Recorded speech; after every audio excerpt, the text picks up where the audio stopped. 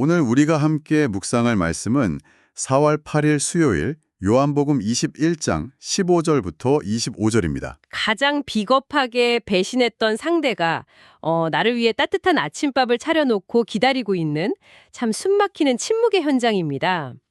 부활하신 예수님께서 텅 빈 그물만 끌어올리던 제자들을 위해 갈릴리 해변에 직접 조반을 차려주신 직후의 상황이죠. 네, 그 요한복음 저자인 요한은 이 장면을 묘사하면서 주변에 있던 다른 6제자들의 모습은 마치 카메라 초점을 흐리게 하듯 배경으로 쓱 밀어냅니다.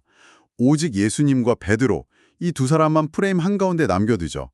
십자가 처형 전날 밤에 모두가 도망쳤던 그 참담한 실패 이후에 두 사람이 처음으로 그 상처를 직면하며 제대로 독대하는 순간인 겁니다. 정말 밥을 먹은 내내 얼마나 어색했을까요? 파도 소리만 들리는 그 정막을 깨고 예수님이 첫 마디를 건네시는데 요한의 아들 시몬아, 네가 이 사람들보다 나를 더 사랑하느냐?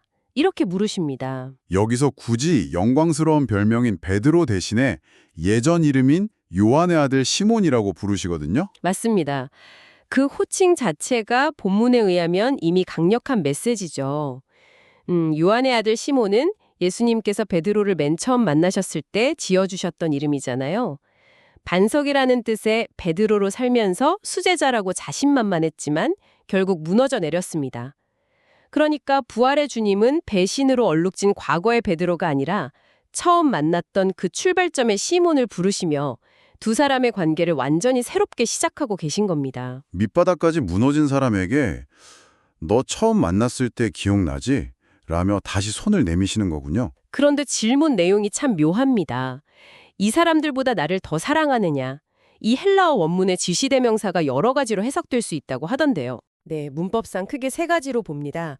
이 다른 제자들이 나를 사랑하는 것보다 네가 나를 더 사랑하느냐, 아니면 네가 이 동료들을 사랑하는 것보다 나를 더 사랑하느냐, 마지막으로는 네가 이 배나 그물 같은 생업보다 나를 더 사랑하느냐, 이렇게요. 3가지나요? 다 의미가 깊어 보입니다. 네, 다 가능하지만 우리가 베드로의 과거 발언을 떠올려 보면 답은 분명해집니다. 최후의 만찬 때 베드로가 호언장담했던 사건 기억하시죠? 모두가 주를 버릴지라도 나는 결코 버리지 않겠나이다. 했던 그 참 민망한 사건이요? 장악합니다. 베드로는 늘 자신이 다른 누구보다 예수님을 더 깊이 사랑한다고 자부했거든요. 그래서 예수님의 질문은 그 지점을 정확히 짚으시는 겁니다. 모두가 나를 버려도 너만은 안 버리겠다고 했지? 지금도 이 다른 제자들이 나를 사랑하는 것보다 네가 나를 더 사랑한다고 할 수 있느냐 하고 물으시는 거죠. 듣기만 해도 참 숨이 막힙니다. 더구나 똑같은 질문을 3번이나 반복하시잖아요. 성경 원문에도 베드로가 근심했다고 나오는데 숯불 앞에서 3번 부인했던 그 끔찍한 트라우마를 일부러 건드리시는 것 같아서요. 너무 가혹한 거 아닐까요? 표면적으로는 참 가혹해 보일 수 있습니다. 하지만 영적인 외과 수술의 관점에서 봐야 합니다. 뼈 아픈 상처가 깊이 골맞을 때는 반창고만 덮는다고 낫지 않거든요. 고통스럽더라도 완전히 열어서 고름을 짜내야 진짜 새살이 돋아납니다. 3번의 철저한 부위는 3번의 철저한 고객으로만 덮일 수 있으니까요. 대충 덮는 게 아니라 정면으로 마주하게 해서 완전히 끊어내 주시는 거군요. 네, 과거의 실패와 자책감의 감옥에서 평생 갇혀 살지 않도록 가장 치명적인 상처를 끄집어내어 온전히 치유하시는 과정인 겁니다. 그렇다면 여기서 유명한 아가페와 필레오, 그 사랑의 단어 논쟁도 짚고 넘어가야겠네요. 예수님은 신적인 아가페로 물으셨는데 베드로는 죄책감의 인간적인 필레오로 대답했다. 그래서 주님이 마지막엔 그 수준으로 낮춰주셨다. 이런 감동적인 해석이 참 많지 않습니까? 참 은혜로운 서사죠. 과거의 많은 학자들도 그 차이에 주목했습니다만 사실 오늘날 요한복음 전체를 연구하는 성경학자들은 대부분 그 해석에 동의하지 않습니다. 왜 그렇습니까? 단어가 분명 다르게 쓰였는데요? 저자 요한의 글쓰기 습관 때문입니다. 말씀이 증언하듯이 요한복음을 꼼꼼히 보면 요한은 아가페와 필레오를 특별한 위계 없이 아주 자유롭게 혼용합니다. 예를 들어 하나님이 세상을 사랑하셨다 할 때 아가페를 쓰지만 예수님이 나사로를 사랑하셨다 할 때는 필레오를 쓰기도 하거든요. 문맥에 따라 그냥 교차해서 쓰는 겁니다. 헬라어 시험 보듯이 뉘앙스를 쪼개는 게 핵심이 아니었군요. 맞습니다. 만약 베드로가 아가페를 입에 올리지 못할 만큼 위축됐다면 주님께서 아시나이다라고 그렇게 확신에 차선 대답할 수도 없었을 겁니다. 중요한 건 단어의 미묘한 차이가 아니라 그 뼛속 깊은 세 번의 부인이라는 상처가 진실한 세 번의 고백으로 완벽히 회복되었다는 사실 그 자체입니다. 예수님은 그가 다시 주님을 사랑한다고 말할 수 있게 입술을 열어주신 거네요. 그리고 이 세 번의 고백 직후에 내 양을 먹이라, 치라 하시며 사명을 주십니다. 네, 여기서 오늘 말씀을 주는 첫 번째 묵상 포인트가 등장합니다. 왜 사명보다 사랑이 먼저인가 하는 점이죠. 그러게요. 앞으로 어떻게 헌신할 거냐, 구체적인 계획이 있냐 이런 걸 물으셔야 할 것 같은데 말이죠. 을 내어놓는 진정한 돌봄은 오직 예수님을 향한 절대적인 사랑만이 그 동력이 되기 때문입니다. 주님을 향한 사랑에 빠진 사역이나 헌신은 결국 자기의에 빠지거나 금세 번아웃이 오고 맙니다. 나의 열심이나 능력이 먼저가 아니라 나를 먼저 용서하신 주님의 사랑이 채워져야만 타인을 칠 수 있다는 거군요.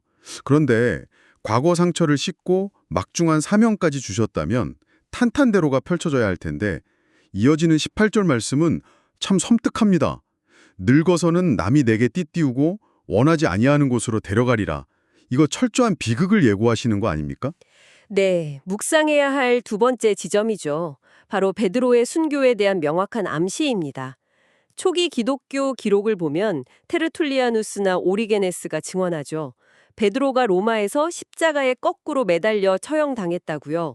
내 팔을 벌리리니 라는 말씀이 바로 그 십자가 처형의 형태를 구체적으로 가리키는 겁니다. 거꾸로 매달린 처형이라니 참혹하네요. 젊어서 스스로 띠를 띄었다는 것과 너무 대조적입니다. 과거의 베드로는 호기롭게 자기 힘으로 칼을 차고 나섰지만 결국 배신했습니다. 하지만 회복된 베드로는 다릅니다.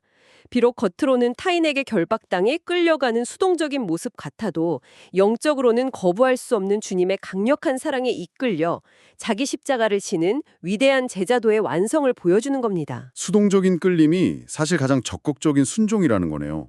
하지만 평생 헌신한 결말이 편안한 노후가 아니라 원치 않는 처형정이라니 이걸 과연 축복이라고 할 수 있을까요? 회선의 눈으로는 영마편 비급이죠. 하지만 19절은 이 죽음이 하나님께 영광을 돌릴 것을 가리킨다고 분명하게 선언합니다. 숲풀 앞에서 예수님을 저주했던 참담한 배신자가 끝까지 신실함을 지켜내고 자신의 생명을 바쳐 하나님께 최고의 영광을 돌리는 순교자로 완성되는 겁니다. 하나님의 은혜 안에서는 이것이야말로 가장 영광스러운 축복인 셈이죠. 배신자로 잊혀질 인생이 순교의 영광으로 완성된다. 거대한 은혜군요. 그런데 이렇게 무거운 소명을 듣고 나서 20절을 보면 베드로가 갑자기 다른 제자, 그러니까 이 글을 쓰는 요한을 보면서 묻습니다. 주님, 이 사람은 어떻게 되겠사옵나이까? 너무 인간적이지 않습니까? 남의 시험지 훔쳐보는 것 같아서요. 맞습니다. 일상의 거울 같죠.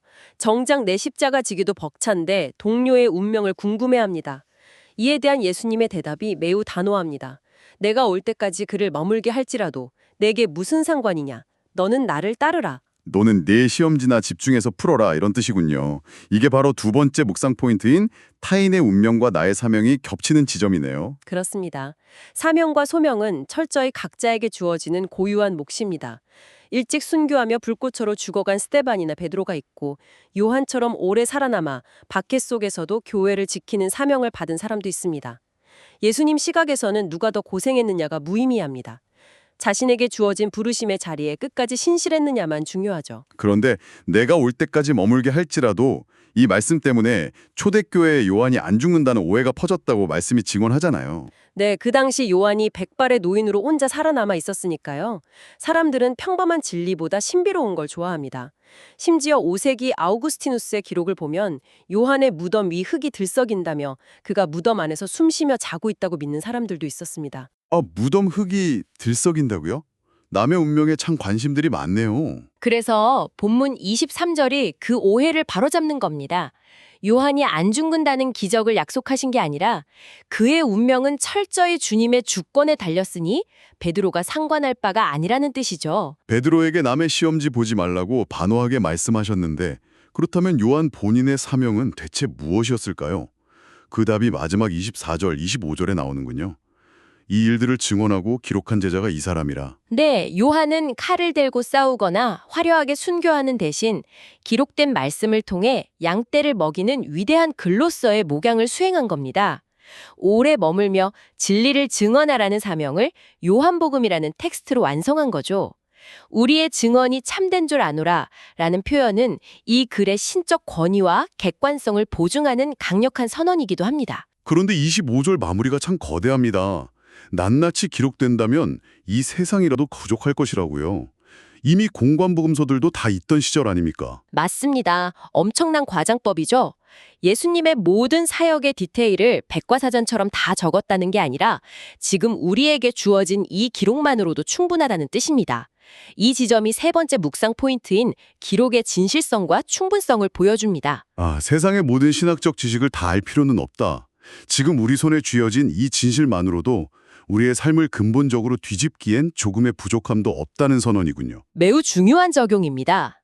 우리가 영적으로 침체되는 건 새로운 지식이 없어서가 아니라 이미 허락된 충분한 진리의 말씀 앞에 온전히 엎드리지 않기 때문입니다.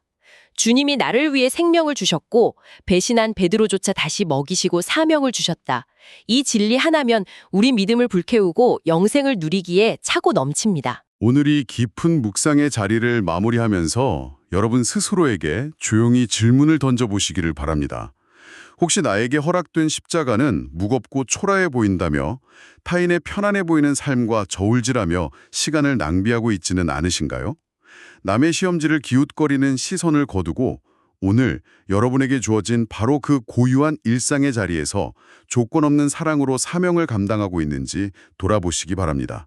자비로우신 하나님 아버지, 3번이나 주님을 모른다고 저주하며 돌아섰던 베드로의 그 치명적인 배신조차도 정죄가 아닌 3번의 따뜻한 조반과 치유의 질문으로 덮어주심에 깊은 감사를 드립니다. 그 십자가의 끝없는 사랑이 오늘 우리의 골고 상한 심령도 낱낱이 만지시고 온전히 치유하여 주시옵소서. 주님, 우리는 연약하여 자꾸만 고개를 돌려 타인의 평탄해 보이는 삶을 기웃거리며 나의 십자가를 불평할 때가 많습니다. 남과 비교하며 허비하던 시선을 거두게 하시고 너는 나를 따르라 하시는 그 단호하고도 자비로운 음성에 온전히 순종하게 하옵소서. 오늘 하루도 나에게 주어진 고유한 부르심의 자리에서 묵묵히 충성하게 하시고 요한이 피를 토하는 심정으로 남긴 이 진실한 말씀이 매일의 치열한 일상 속에서 우리의 흔들리는 믿음을 굳건히 지탱하는 영원한 반석이 되게 하여 주시옵소서. 예수님의 이름으로 기도합니다. 아멘.